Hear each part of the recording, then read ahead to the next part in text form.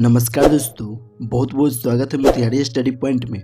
इस वीडियो में हम लोग देखेंगे इंटर बोर्ड परीक्षा के लिए 40 VVI ऑब्जेक्टिव प्रश्न, वो भी हिंदी का ऑब्जेक्टिव प्रश्न देखेंगे, जो कि इंटर बोर्ड परीक्षा के लिए एक एक प्रश्न बहुत ही महत्वपूर्ण प्रश्न है। और इस प्रश्न को आप याद कर लेते हैं ना, तो आपको इंटर बोर्ड परीक्षा में बहुत ऐसा प्रश्न सीधे देखने को मिलेगा। इसलिए इस वीडियो को आप लास्ट तक जरूर देखिए। तो चलिए हम लोग को सीधे प्रश्न को देखते हैं। एक नंबर प्रश्न क्या है, चंद्रधर शर्मा गुलेरी का मूल निवास स्थान कहाँ था? तो आप याद रखिएगा, गुलेर कोंगड़ा हिमाचल प्रदेश था। एक का राइट आंसर डी होगा। चलिए 2 नंबर प्रश्न को देखते हैं। यह प्रश्न बहुत ही महत्वपूर्ण प्रश्न है, जो कि करे संपूर्ण क्रांति शीर्षक भाषण किसने दिया था? यानी संपूर्ण क्रांति शीर्षक भाषण था वह किसने दिया था? ऑप्शन ए करे जयप्रकाश नारायण, ऑप्शन बी करे इंदिरा गांधी, ऑप्शन सी करे भगत सिंह, ऑप्शन डी करे सुभाष चंद्र बोस। तो जयप्रकाश नारायण जी दिए थे, यानी कि संपूर्ण क्रांति की भाषण किसने दिए थे? तो जयप्रकाश नारायण। इसलिए 2 का राइट आंसर ए होगा। चलिए 3 नंबर प्रश्न को देखते हैं। यह प्रश्न बहुत ही महत्वपूर्ण प्रश्न है, कई बार परीक्षा में पूछा गया है, जो कि करे ऑर्डिनरी शीर्षक निबंध के निबंधकार का नाम क्या है? तो रामधारी सिंह दिनकर जी है। इसलिए 3 का राइट आंसर ए होगा, रामधारी सिंह दिनकर जी। चलिए 4 नंबर प्रश्न को देखते हैं। यह प्रश्न कर है बातचीत शीर्षक निबंध के निबंधकार का नाम बताइए। तो बालकृष्ण भट्ट होगा। इसलिए 4 का राइट आंसर ए होगा। 5 नंबर प्रश्न कराए, उसने कहा था शीर्षक कहानी के रचयिता का नाम क्या है? तो चंद्रधर शर्मा गुलेरी जी है। इसलिए 5 का राइट आंसर ए होगा। 6 नंबर प्रश्न को देखते हैं। यह प्रश्न कराए बिहार के छात्र आंदोलन का जेपी ने कब नेतृत्व किया? तो 1974 में। इसलिए 6 का राइट आंसर बी होगा। चलिए 7 नंबर प्रश्न को देखते हैं। यह प्रश्न कर रहा है किस पाठ में कहा गया है जिस पुरुष में नरीत्व नहीं है अपूर्ण है? तो और नरीश्वर पाठ में कहा गया है। इसलिए 7 का राइट आंसर बी होगा। चलिए 8 नंबर प्रश्न को देखते हैं। यह प्रश्न कर रहा है मलयज ने किस विषय में MA किए थे? यानी मलयज जो थे वह किस विषय में MA किए? हिंदी में या अंग्रेजी में या उर्दू में या बांग्ला में? तो अंग्रेजी में किए थे। इसलिए 8 का राइट आंसर बी होगा। चलिए 9 नंबर प्रश्न को देखते हैं। यह प्रश्न कई बार पूछा गया है। देखिए कौन है अज्ञेय जी का पूरा नाम क्या है? तो आप दोस्त याद रखिएगा, अज्ञेय जी का पूरा नाम सच्चिदानंद हिरानंद वात्स्यायन अज्ञेय होगा। इसलिए 9 का राइट आंसर बी होगा। चलिए 10 नंबर प्रश्न को देखते हैं। यह प्रश्न क्या है किस पाठ में आया है 3 बज गए 4 बज गए 11 बज गए? तो रोज पाठ में आया है। इसलिए 10 का राइट आंसर ए होगा। 11 नंबर प्रश्न क्या है किस पाठ में यह उक्ति आई है विपत्तियां व्यक्ति को पूर्ण बनाने वाली होती है?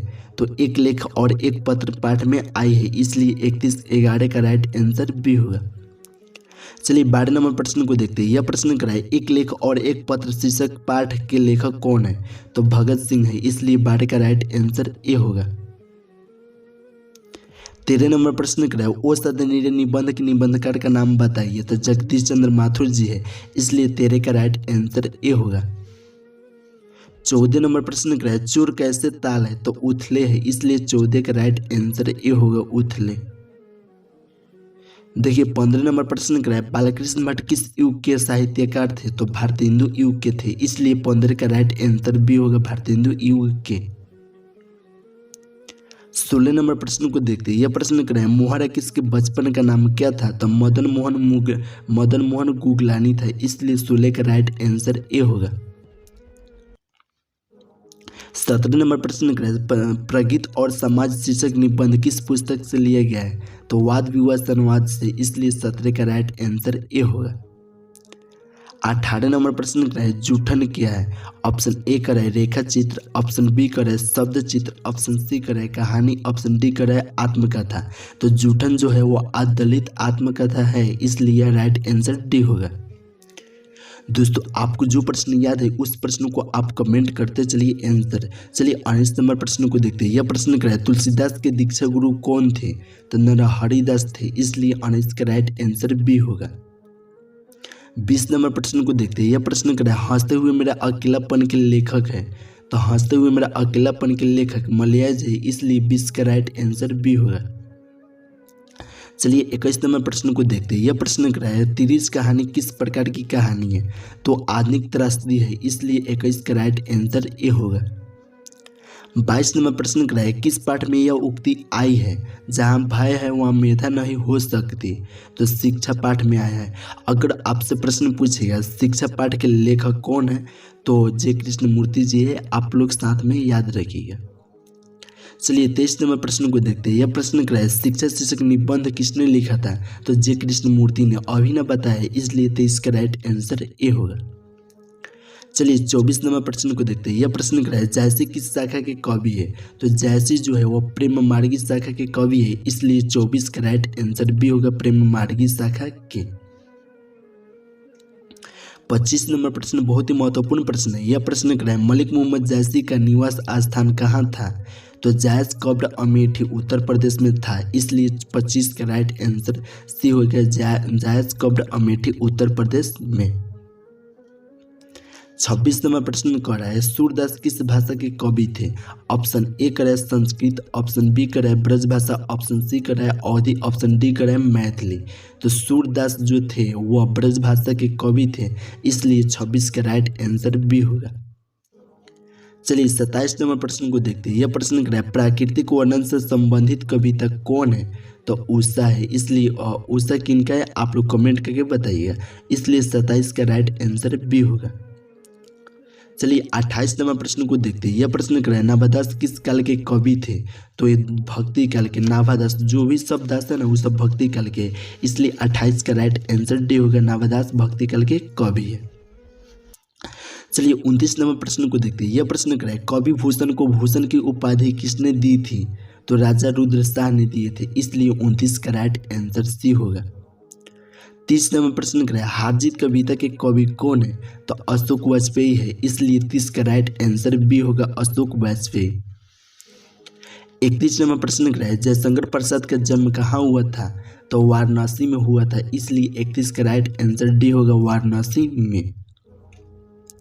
32 नंबर प्रश्न कर रहा है पुत्र वियोग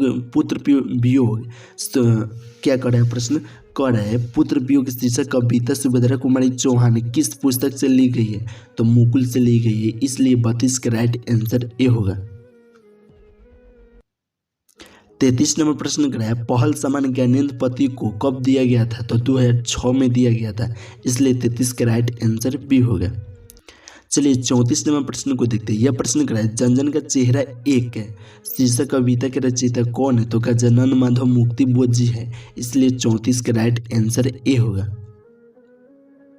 35 नंबर प्रश्न कर रहा है अधिनायक शीर्षक कविता के कवि कौन है? तो रघुवीर शाह है, इसलिए 35 का राइट आंसर ए होगा। 36 नंबर प्रश्न कर रहा है कवि रघुवीर शाह का जन्म कहाँ हुआ था? तो आप याद रखिएगा कवि रघुवीर शाह का जन्म लखनऊ उत्तर प्रदेश हुआ था, इसलिए 36 का right answer A and D होगा। 37 नंबर प्रश्न को देखते हैं। यह प्रश्न कर रहा है प्यारे नाने बेटे को कविता में लोहा किसका प्रतीक है? तो कर्म का है, इसलिए 37 का राइट आंसर बी होगा, कर्म का। 38 नंबर प्रश्न कर रहा है खेत रहना शब्द का अर्थ क्या होगा? तो मारा जाना, यानी कि 38 का राइट आंसर बी होगा, मारा जाना। चलिए 39 नंबर प्रश्न को देखते हैं। यह प्रश्न कर रहा है सिपाही की मां निम्नलिखित में कौन है? तो बिस्नी जो है वह सिपाही की मां है, इसलिए 39 का राइट आंसर डी होगा, मतलब बी होगा। चलिए 40 नंबर प्रश्न को देखते हैं। यह प्रश्न कर रहा है ज्ञानेंद्र पति का जन्म कहाँ हुआ था? तो झारखंड में हुआ था, इसलिए 40 का राइट आंसर सी होगा।